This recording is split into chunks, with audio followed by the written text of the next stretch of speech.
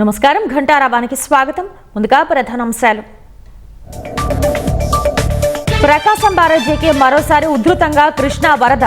పరివాహక ప్రాంత ప్రజల్ని అప్రమత్తం చేసిన అధికారులు.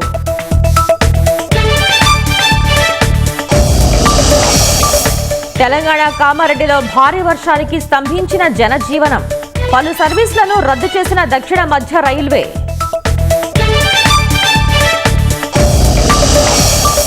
గిరిపుత్రులకు చదువును చేరువ చేస్తున్న ఉపాధ్యాయుడు. ఆదర్శ గురువుగా మన్ననలు అందుకుంటున్న వెంకటేశ్వర్లు.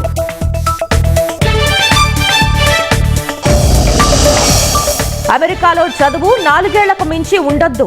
విద్యార్థుల వీసా నిబంధనల్లో మార్పులకు ప్రతిపాదనలు.